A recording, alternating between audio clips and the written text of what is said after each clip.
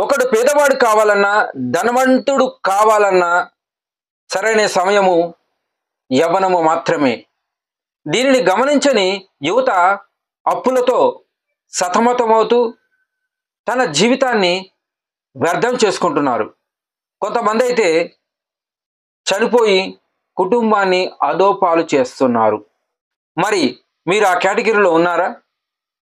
ఈ యొక్క వీడియోలో మనము అప్పులు ఎన్ని రకాలు, తీర్చకపోతే ఎదుర్కోవాల్సిన సమస్యలు, చనిపోయిన వ్యక్తి యొక్క బకాయిలు ఉన్నట్లయితే ఏమవుతుంది, తను ట్యాక్స్ పేయర్ అయితే ఎటువంటి పరిణామాలు ఎదుర్కోవాల్సి వస్తుంది, అతడి లీగల్ హెయిర్స్ ఏం చేయాలి, ఈ యొక్క వీడియోలో మనము చర్చిద్దాం. ముఖ్యంగా మీరు ఎక్కడ కూడా ఈ యొక్క వీడియోని స్కిప్ కాకుండా పూర్తిగా వినండి.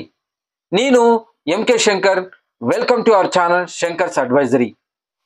అప్పులు రుణాలు ఏదైనా కానీ మన జీవితాన్ని నిలబెట్టడానికే ఉండాలి, కానీ అవి పడగొట్టడానికి ఉండరాదు. అప్పులను స్వభావరీత్యాగా గమనించినట్లయితే మంచి అప్పు, చెడు అప్పులు అని రెండు రకాలుగా ఉన్నాయి. మంచి అప్పులు అంటే పిల్లల పెళ్లి కోసము, పిల్లల చదువు కోసము, ఆస్తులు కూడబెట్టడం కోసము, వ్యాపారాభివృద్ధి కోసము చేసే అప్పులు మంచి అప్పులు. చెడు అప్పులు అంటే కారు కొనడము, బైకులు ఉన్న బైక్ కొనడము, గిఫ్ట్లు గ్యాడ్జెట్స్ అంటూ అందరికీ పంచిపెట్టడము, వాటి కోసం అప్పులు చేయడము, అప్పులు తీర్చడం కోసం అప్పులు చేయడము, ఇవన్నీ చెడ్డ అప్పులు. మరి అప్పులను భద్రతాపరంగా కూడా రెండు వర్గాలుగా వర్గీకరించవచ్చు. ఒకటి సెక్యూర్ లోన్స్, అంటే home loan, car loan, gold loan, education loan, mortgage loans, ఇవన్నీ సెక్యూర్ లోన్స్. కస్టమర్ ఏమైనా కట్టకుండా తిరిగినట్లయితే వీటిని బ్యాంకు వారు జప్తు చేసుకుంటారు. కావున వారి యొక్క దృష్టిలో ఇవి సెక్యూర్ లోన్స్. అన్సెక్యూర్ లోన్స్, ఇవి పర్సనల్ లోన్, క్రెడిట్ కార్డ్స్ వాడడము, overdraft facility, cash credit, ఇవన్నీ అన్సెక్యూర్ లోన్స్. ముందుగా అప్పు తీసుకొని ఎవరైనా కట్టకపోతే ఏం జరుగుతుంది? అప్పు తీసుకొని ప్రతి నెల మనం వాయిదాలు కట్టవలసి ఉంటుంది. ఒకవేళ మొదటి వాయిదా కట్టడము లేట్ అయినా బ్యాంకు వారు మనకు జరిమానా విధిస్తారు. 2-3 చెక్కులు బౌన్స్ అయ్యి కట్టనట్లయితే రిమైండర్ లెటర్ మనకు వస్తాయి. 4 నుండి 6 లోపల లోన్లు తీసుకొని కట్టనట్లయితే మనకి బ్యాంకు వారు ఎన్పిగా పరిగణించి మన అకౌంట్ను రికవరీ ఏజెంట్కి ఇస్తారు. అక్కడ రికవరీ ఏజెంట్ వారు మన ఇంటికి రావడము, మనతో మాట్లాడము, మనపై జులుము చేయడము, వ్యక్తిగత గోప్యతను కోల్పోవడము, ఇవన్నీ జరుగుతాయి. వీటితో పాటు మీ యొక్క సిబిల్ స్కోర్ దెబ్బతింటుంది. ఫ్యూచర్లో లోన్లు వచ్చే అవకాశాలు మీరు కోల్పోతారు. కాబట్టి ఇలా జరగకుండా ఉండాలంటే మీరు బ్యాంకు వారి దగ్గరికి వెళ్ళి మారిటోరియంను అడగండి. అది లేకపోతే లోన్ రికన్స్ట్రక్షన్ అడగండి. అది లేకపోతే 1 సెటిల్మెంట్ కింద లోన్ క్లోజ్ చేసేయండి. ఇది మీకు మంచిది. శత్రుశేషం రుణశేషం ఉంచుకోరాదు. మరి అప్పులో ఉన్న వ్యక్తి మరణించినట్లయితే ఇక్కడ మనము ఈ పరిస్థితులను 3 విధాలుగా గమనించవలసి ఉంటుంది.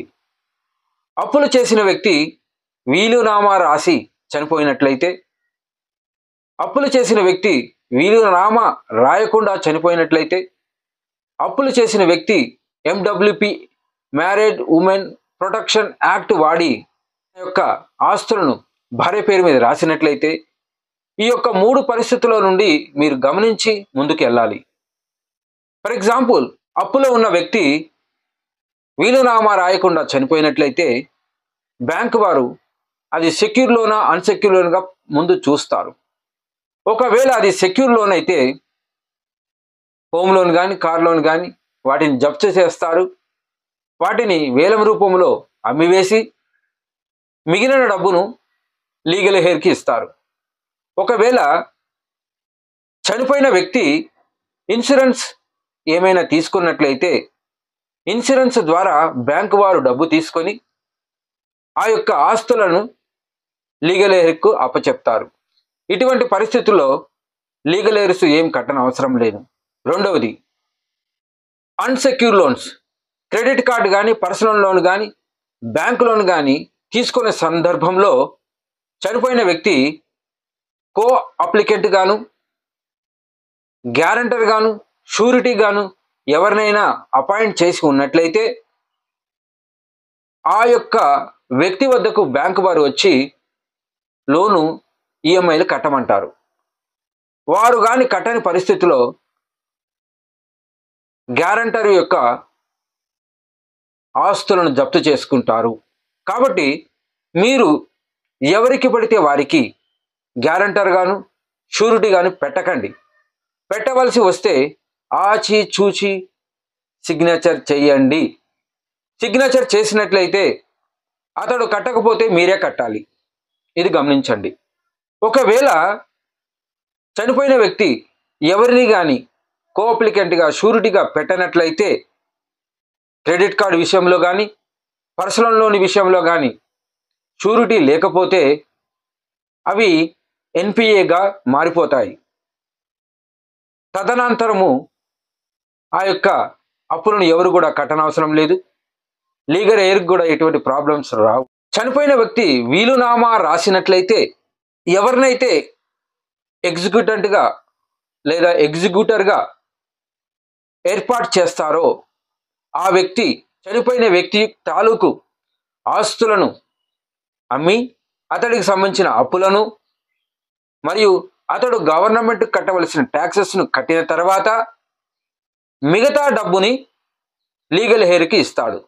అదే చనిపోయిన వ్యక్తి ఎండబ్ల్యూపీ యాక్ట్ ప్రకారం ఏమైనా ఆస్తులు ఉన్నట్లయితే ఆ ఆస్తులను బ్యాంకు వారు కానీ, అప్పుల వారు కానీ ఎవరు కూడా వారి దగ్గరికి వెళ్ళి తీసుకోలేరు. ఎందుకంటే అది ఆడవారి పేరు మీద ఉన్న ఆస్తి. మీరు కానీ సరైన ప్రణాళికతో లేకపోయినట్లయితే మీరే కాకుండా మీ ఫ్యామిలీ కూడా బాధపడవలసి వస్తుంది. మీరు బతికున్నప్పుడే లీగల్ ఎయిర్ సర్టిఫికేట్లను, వీలునామా రాయడము, ఆస్తులకు సంబంధించిన మరియు అప్పులకు సంబంధించిన అన్నిటికీ సరైన ఇన్సూరెన్స్ బాండ్ కలిగి ఉండడము మీరు చేయవలసిన ముఖ్య కర్తవ్యము. మా యొక్క ఛానల్ యొక్క ముఖ్య ఉద్దేశం ఏమిటంటే వ్యక్తిగత అభివృద్ధి దేశాభివృద్ధి.